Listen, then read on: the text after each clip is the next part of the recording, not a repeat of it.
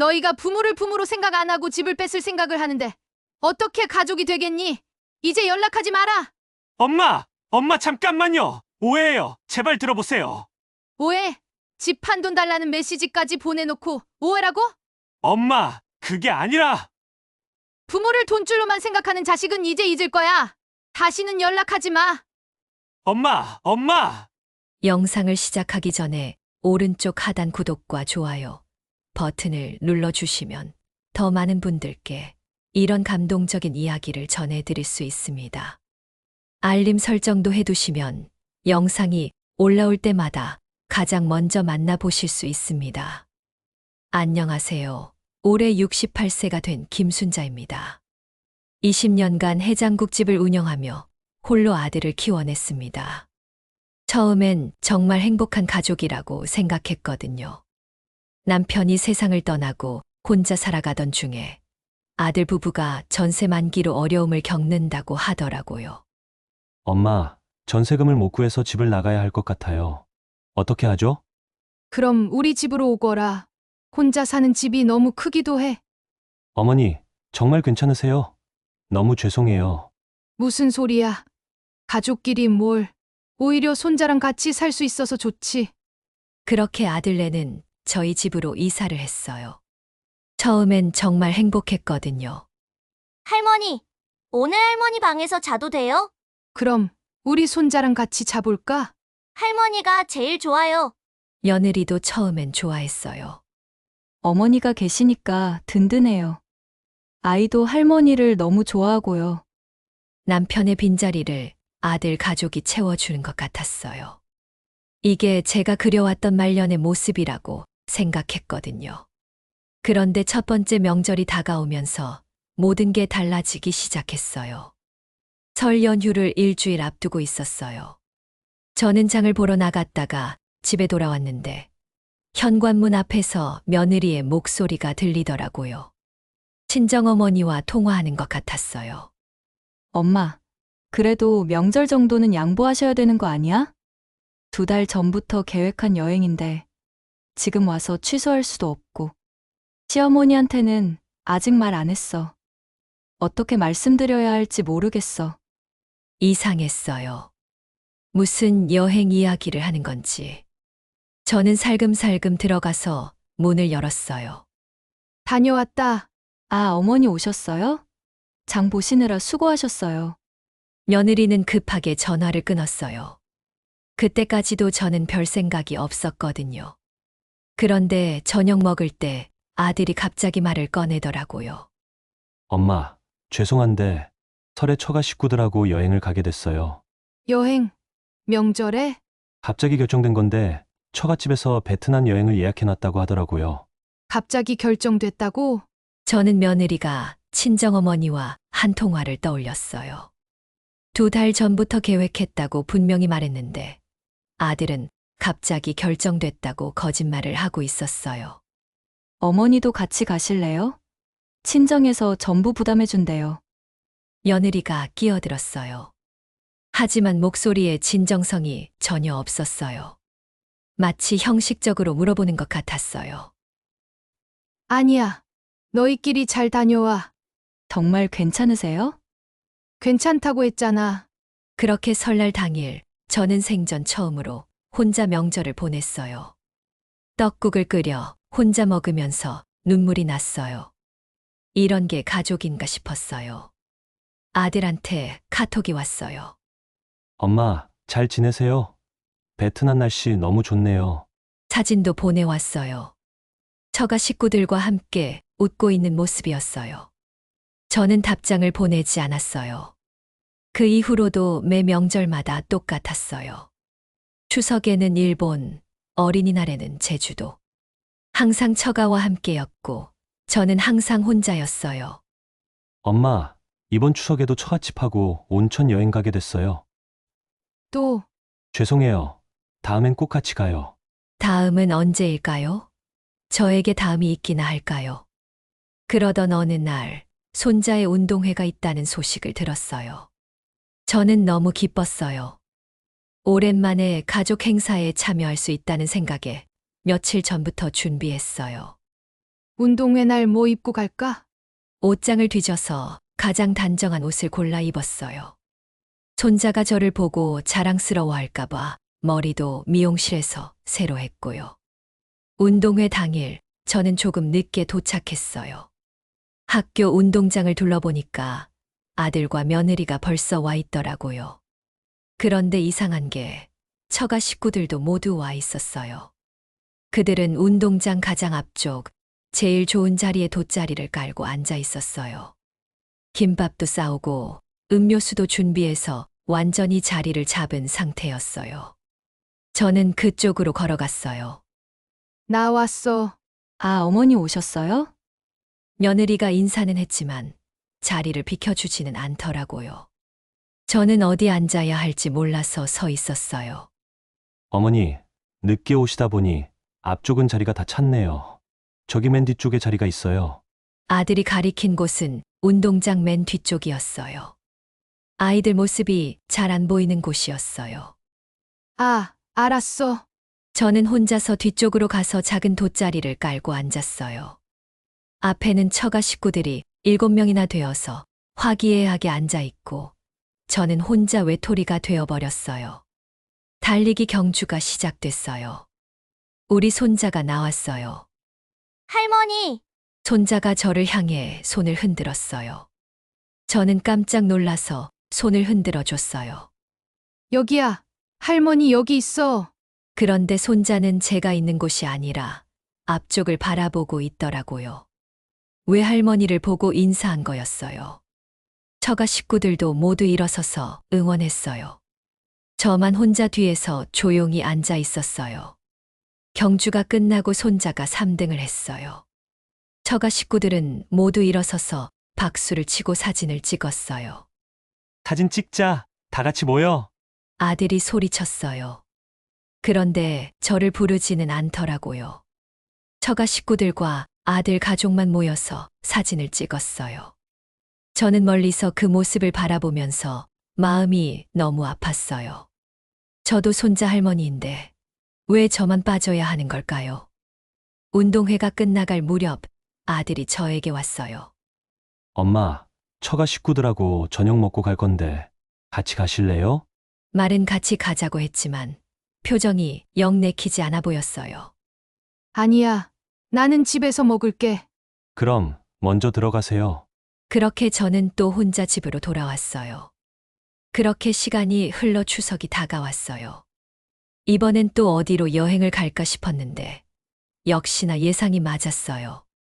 엄마, 이번 추석에 처가하고 일본 온천 여행 가게 됐어요. 또 여행이야? 네, 벌써 예약을 해놨대요. 나도 온천 좋아하는데. 제가 은근히 말해봤어요. 혹시나 해서요. 엄마도 같이 가실래요? 그런데 일정이 좀 빡빡해요. 무릎도 불편하시니까 오래 걸어 다니기 힘드실 것 같은데. 며느리가 거들었어요. 또 형식적인 제안이었어요. 아니야. 너희끼리 잘 다녀와. 사실 가고 싶었어요. 온천도 가보고 싶었고, 가족끼리 여행도 가보고 싶었어요. 하지만 원하지 않는 사람들과 억지로 가서 뭐 하겠어요. 그런데 여행을 가기 전날 손자가 저에게 와서 말하더라고요. 할머니, 일본에서 축구화 사고 싶어요. 축구화 네, 친구들이 다 가지고 있는 건데 30만 원이래요. 30만 원? 할머니, 용돈 좀 주세요. 제발요. 손자가 애교를 부리며 매달렸어요. 귀여운 손자 부탁을 어떻게 거절하겠어요. 알겠어. 할머니가 보내줄게. 정말이에요? 고마워요, 할머니. 손자가 뽀뽀까지 해줬어요. 그 순간은 정말 행복했어요. 다음 날 저는 아들 계좌로 50만 원을 송금했어요. 축구화값 30만 원에 용돈 20만 원을 더해서요. 엄마, 돈 들어왔네요. 고마워요. 아들이 카톡을 보냈어요. 그리고 일본에서도 사진들을 보내왔어요. 온천에서 찍은 사진, 맛있는 음식 사진, 그리고 손자가 새 축구화를 신고 환하게 웃고 있는 사진도요. 할머니, 축구화 정말 예뻐요. 감사해요. 손자가 영상통화로 보여줬어요. 기뻐하는 모습을 보니 돈이 아깝지 않았어요. 그런데 문득 이런 생각이 들더라고요. 돈이 필요할 때만 저를 찾는 것 같다는 생각이요. 여행비는 처가에서 대고 축구화 돈은 저한테 받고 1년에 처가와 몇 번씩 비싼 해외여행을 다니면서도 저와는 가까운 바닷가 한 번 간 적이 없어요. 우리도 언제 여행 한번 가볼까? 제가 조심스럽게 물어봤어요. 엄마, 여행요? 언제요? 가을에 단풍 구경이라도.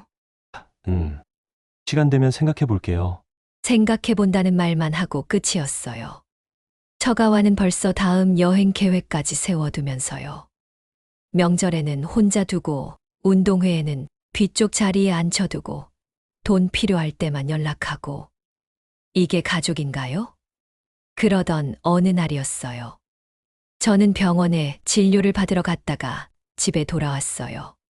현관문을 열고 들어가는데 며느리 목소리가 들렸어요. 또 친정어머니와 통화하고 있었어요. 저는 조용히 신발을 벗고 거실로 들어갔어요.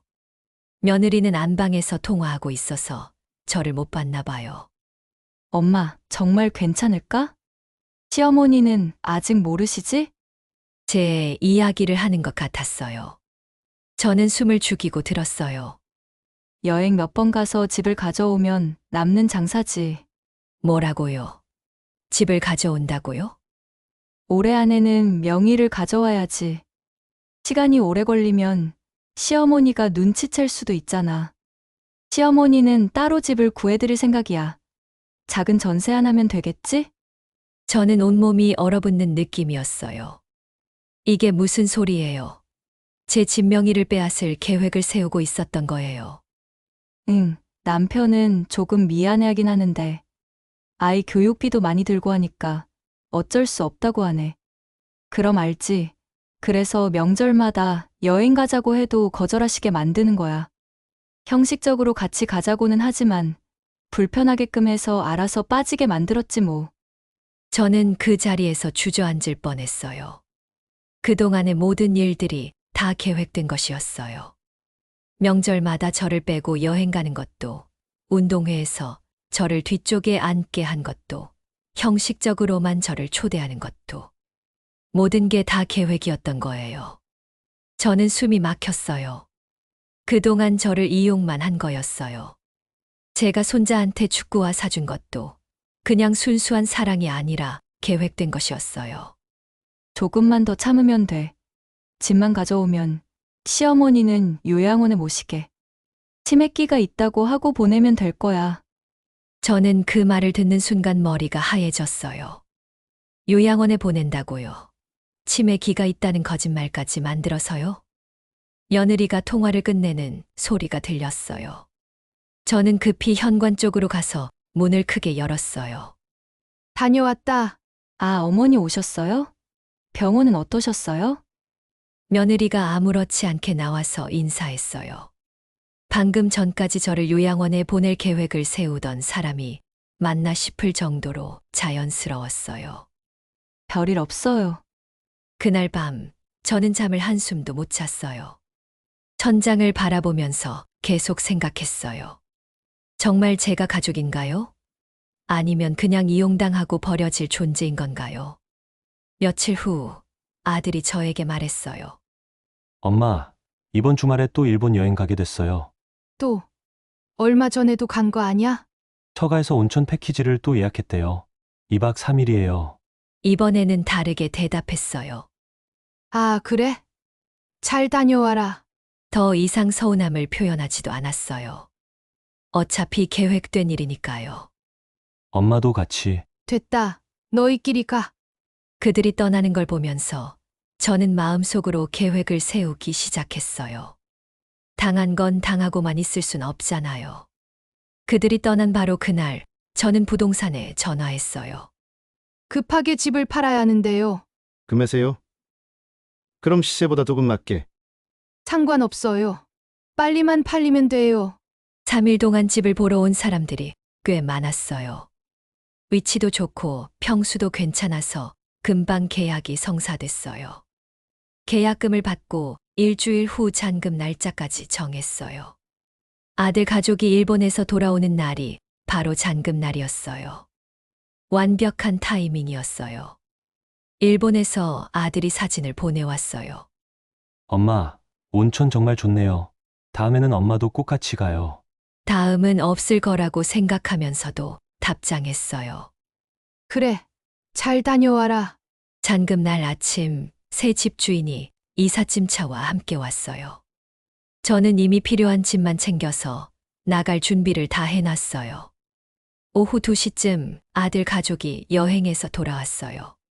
현관문을 열고 들어오려는데 낯선 사람들이 집 안에서 짐을 나르고 있는 걸 보고 깜짝 놀랐어요. 어? 이게 뭐예요? 아들이 당황스러운 목소리로 물었어요. 안녕하세요. 오늘 이사 온 사람입니다. 새 집주인이 인사했어요. 네, 무슨 소리예요? 며느리가 어리둥절해 했어요. 바로 그때 제가 나타났어요. 왔구나. 엄마, 이게 무슨 일이에요? 보는 그대로야 집을 팔았어. 집을 팔았다고요? 아들의 목소리가 떨리고 있었어요. 왜 갑자기? 갑자기? 너희가 계획한 것도 갑작스러웠잖아. 무슨 계획이요? 며느리가 아직도 모르는 척 했어요. 여행 몇 번 가서 집을 가져오면 남는 장사라면서? 올해 안에 명의를 가져온다면서? 며느리의 얼굴이 새하얘졌어요. 그건 시어머니는 요양원에 보낼 거라면서? 치매기가 있다고 거짓말까지 만들어서? 이번엔 아들이 말문이 막혔어요. 엄마, 그건 오해예요. 오해? 내가 직접 들었는데 엄마, 정말 오해예요. 제가 설명드릴게요. 아들이 다급하게 말했어요. 설명? 뭘 설명하려고? 명절마다 나만 빼고 여행 가는 것도 설명할 거야? 그건 운동회 때 나만 뒤쪽에 앉게 한 것도? 사진 찍을 때 나만 빼는 것도? 며느리가 땀을 뻘뻘 흘리고 있었어요. 어머니, 정말 그런 뜻이 아니었어요. 저희가 잘못 생각했어요. 잘못 생각했다고? 진명이 빼앗을 계획을 세우면서 그건 정말 너희가 부모를 부모로 생각 안 하고 집을 뺏을 생각을 하는데 어떻게 가족이 되겠냐? 새 집주인이 불편해하며 말했어요. 죄송한데 저희 집 옮기는 중이라서 나중에 이야기하시면 안 될까요? 네, 죄송해요. 저는 새 집주인에게 사과한 후 아들에게 말했어요. 이제 연락하지 마라. 엄마 잠깐만요. 아들이 제 팔을 붙잡으려고 했어요. 놔라. 엄마 정말 잘못했어요. 다시는 이런 일 없을 거예요. 다시는 벌써 늦었어. 엄마, 손자한테는 미안하지만 할머니는 이제 없다고 해라. 손자가 학교에서 돌아와서 이 상황을 보고 울음을 터뜨렸어요. 할머니, 왜 이사 가요? 제 마음도 아팠어요. 하지만 돌아설 수는 없었어요. 아가, 할머니가 다른 곳에서 살아야 해. 싫어요. 할머니랑 같이 살 거예요. 손자가 제 다리에 매달렸어요. 할머니 가지 마요. 정말 마음이 찢어질 것 같았어요. 하지만 이 아이도 언젠가는 부모의 영향을 받아서 저를 이용하려 할지도 모르잖아요. 아가, 할머니 전화번호 알지? 가끔 전화하자. 정말요? 그럼. 그렇게 말은 했지만 속으로는 연락을 받지 않을 생각이었어요. 이삿짐을 다 나르고 나서 저는 아들 가족 앞에서 마지막으로 말했어요. 20년 동안 너를 키우면서 이런 배신을 당할 줄은 몰랐다. 엄마, 앞으로는 나 없이 잘 살아라. 처가하고만 잘 지내고. 엄마, 정말 죄송해요. 다시 기회를. 기회는 없어. 부모를 돈줄로만 생각하는 자식은 이제 잊을 거야. 저는 돌아서서 걸어 나왔어요. 뒤에서 아들이 계속 불렀지만 돌아보지 않았어요. 저는 차에 타서 새로운 집으로 향했어요. 2시간 거리의 조용한 시골 마을이었어요. 바다가 가까워서 공기도 좋고 집값도 저렴해서 집 한 돈으로 충분히 살 수 있었어요. 새 집에 도착해서 짐을 정리하는데 핸드폰이 울렸어요. 엄마, 저예요. 정말 죄송해요. 아들이었어요. 저는 전화를 끊었어요. 또 울렸어요. 엄마, 제발 한 번만 들어주세요. 또 끊었어요. 그 후로 하루에 수십 번씩 전화가 왔어요. 문자 메시지도 계속 왔어요. 엄마, 정말 잘못했어요. 다시 기회를 주세요. 모든 걸 원래대로 돌리겠어요. 엄마 없으면 안 돼요. 처음에는 그런 내용이었어요. 그러다가 며칠 후부터 다른 메시지가 오기 시작했어요. 엄마, 집 없어서 큰일 났어요. 아이가 전학을 가야 해요. 임시로 모텔에서 지내고 있어요. 점점 다급해지는 내용들이었어요. 일주일 후에는 이런 메시지가 왔어요. 엄마, 집 판 돈 좀 나눠주실 수 없어요? 전세금이라도 도와주세요. 손자 생각해서라도. 결국 본색이 나왔어요. 처음엔 사과하는 척 하다가 결국엔 돈 이야기를 하더라고요. 저는 그 메시지를 보고 완전히 실망했어요. 이 사람들은 정말 끝까지 저를 돈으로만 보는구나. 저는 아들의 번호를 차단했어요. 며느리 번호도 차단했어요. 며칠 후 손자 번호로 전화가 왔어요. 할머니, 우리 손준이 할머니, 왜 전화를 안 받아요? 아빠가 할머니한테 전화해도 안 받는다고 울어요. 마음이 아팠어요. 하지만 흔들릴 수는 없었어요. 아가, 할머니는 이제 새로운 곳에서 살아야 해. 언제 다시 만날 수 있어요? 잘 모르겠다. 할머니, 보고 싶어요. 그 말을 듣는 순간 눈물이 났어요. 하지만 참았어요. 우리 손주도 잘 지내고 공부 열심히 해라. 할머니, 저는 전화를 끊고 손자 번호까지 차단했어요. 그 후로 한 달이 지났어요. 정말 조용한 곳이에요. 바닷가 산책도 하고 텃밭도 가꾸고 이웃들과도 인사하며 지내고 있어요. 아들 가족 생각은 안 나냐고요? 솔직히 말하면 가끔 생각나요. 특히 손자가 많이 생각나죠. 하지만 후회는 안 해요. 제가 잘못한 건 없으니까요. 어느 날 마을 이장님이 저에게 오셨어요. 김할머니, 서울에서 온 젊은 남자가 할머니 찾는다고 하던데요. 젊은 남자요? 네, 아들이라고 하더라고요. 주소 알려달라고 하던데 안 알려줬어요. 잘하셨어요. 저는 아들 없어요. 그래요? 그럼 다음에 또 오면 모른다고 할게요. 감사해요. 아들이 여기까지 찾아온 모양이에요. 하지만 저는 만날 생각이 없어요. 새로운 생활이 참 좋아요. 아침에 일어나면 바다 소리가 들려요. 텃밭에서 상추도 키우고 토마토도 심었어요. 이웃 할머니들과 게이트볼도 하고 저녁에는 바닷가 산책도 해요. 누구 눈치 보지 않고 누구한테 서운함 느끼지 않고 살 수 있어서 좋아요. 이제 6개월이 지났어요. 계절이 바뀌어서 겨울이 되었어요. 아들 가족에 대한 소식은 전혀 못 들었어요. 어떻게 살고 있는지, 손자는 잘 지내는지. 궁금하기는 하지만 알고 싶지는 않아요. 제가 내린 선택이 맞다고 생각해요. 부모를 부모로 생각하지 않는 자식, 집을 빼앗으려 한 자식, 저를 요양원에 보내려던 자식. 그런 자식을 왜 용서해야 하나요? 저도 사람이에요. 감정이 있는 사람이고 존중받고 싶은 마음이 있는 사람이에요. 20년 동안 혼자 아들을 키우면서 얼마나 힘들었는데 그 아들이 저를 배신했으니 얼마나 아프겠어요. 그래도 후회는 안 해요. 오히려 이제 마음이 편해요. 누구 눈치 볼 필요도 없고 명절에 혼자 있어도 서운하지 않아요. 왜냐하면 애초에 기대를 안 하니까요. 이제 저는 저만을 위해서 살 거예요. 남은 인생 제가 하고 싶은 대로 살 거예요. 바닷가 산책하고 텃밭 가꾸고 이웃들과 어울리며 평온하게 살 거예요. 여러분도 만약 이런 자식이 있다면 무조건 참고 용서만 하지 마세요. 부모도 사람이에요. 존중받을 권리가 있어요. 가족이라고 해서 뭘 해도 용서받을 수 있다고 생각하면 안 돼요. 선을 넘은 배신에는 그만한 대가가 따르는 거예요.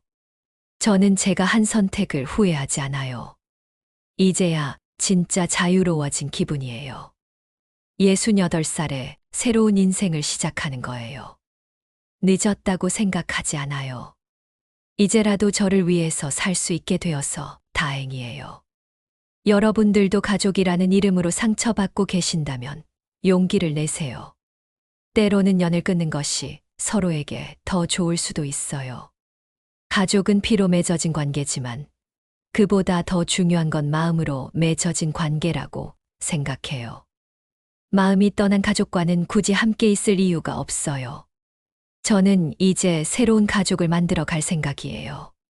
진정으로 저를 아껴주는 이웃들과 함께 말이에요. 이것이 68살 김순자의 새로운 시작입니다. 여러분도 행복하세요. 여러분도 이 영상을 보시고 용기 내어 새롭게 시작하시고 싶은 분이 있다면 댓글로 여러분의 이야기를 들려주세요. 구독과 좋아요, 알림 설정까지 해주시면 더 좋은 영상으로 보답하겠습니다. 노후의 이야기였습니다. 감사합니다.